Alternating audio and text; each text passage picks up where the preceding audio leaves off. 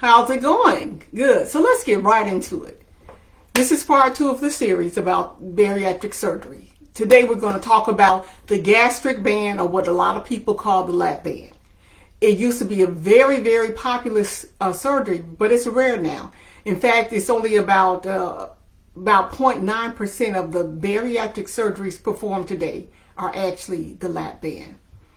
Why is that? Well, let's talk about it. Now, first, let me help you to understand. As I said before, I'm not a doctor. This is not medical advice. This is information that you need to talk with about your doctor, because I believe it's very important that when you're talking about bariatric surgery, that's a serious surgery, life-changing surgery. So it's important for you to be informed so that you can know what to talk about with your doctor. And so that's the goal. That's the purpose. Okay? Why was it popular? Why did a lot of people think about it? I really thought about it real hard because of the fact that it's adjustable.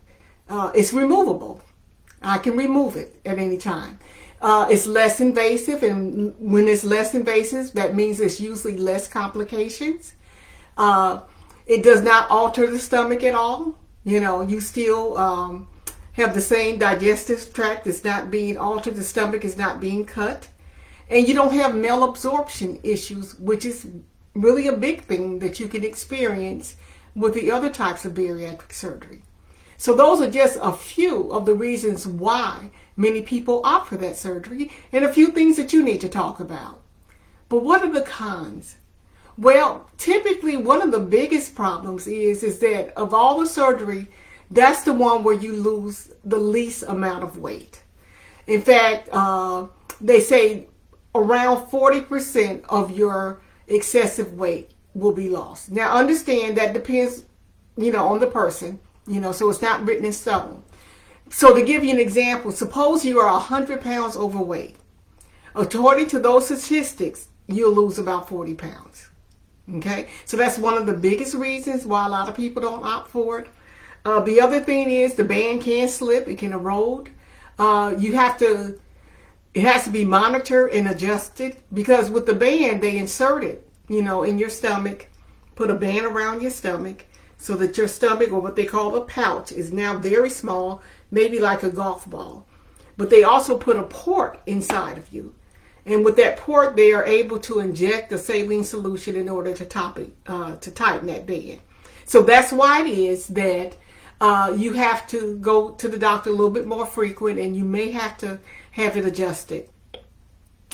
It can trigger things like reflux, difficulty swallowing, and like any other surgery, it's not suitable for everybody. If you have heart and lung diseases, or if you have a history of stomach ulcers, that's something that you and your doctor will have to consider. So that's one of the reasons why it is not as popular today. But it has the same requirements as the other ones, BMI of 40 or a 40 or more, or a BMI of 35 with other chronic diseases that are related to obesity, like hypertension, type 2 diabetes, fatty liver diseases, and so on and so forth. Now, this is very important. This is what I want you to remember, because regardless of what type of surgery that you have, and even if you opt not to have surgery, you're going to have to, it's going to require a lifestyle change. It really is. So just think of this. You've had surgery. Your stomach is now the size of a golf ball. What you put in there is going to be very important. It's going to be very important that you put foods that are high in nutrition, not just high in the protein, but are nutritionally rich, so that your body does not have nutrient deficiencies. So listen, and also something else I forgot, very important. You can't overeat. When you overeat, it's going to cause nausea and vomiting. And I can tell you that's very true, because I did try it, So this is just with the lap band surgery. Next week, we're going to talk about the sleeve, the gastric sleeve, that particular surgery, the pros and cons of it. So please come back next week at 6 p.m. Eastern time so we can explore that subject. But listen, if you're thinking about bariatric surgery and you want to ask questions or information that you might need to take to your doctor, drop me a line. I'll be glad to answer any questions you have. Okay, guys, have a great day. This was short and sweet, and I hope to see you next week, Thursday, 6 p.m. Eastern Time. Until then, have a great day or a great night. Bye-bye.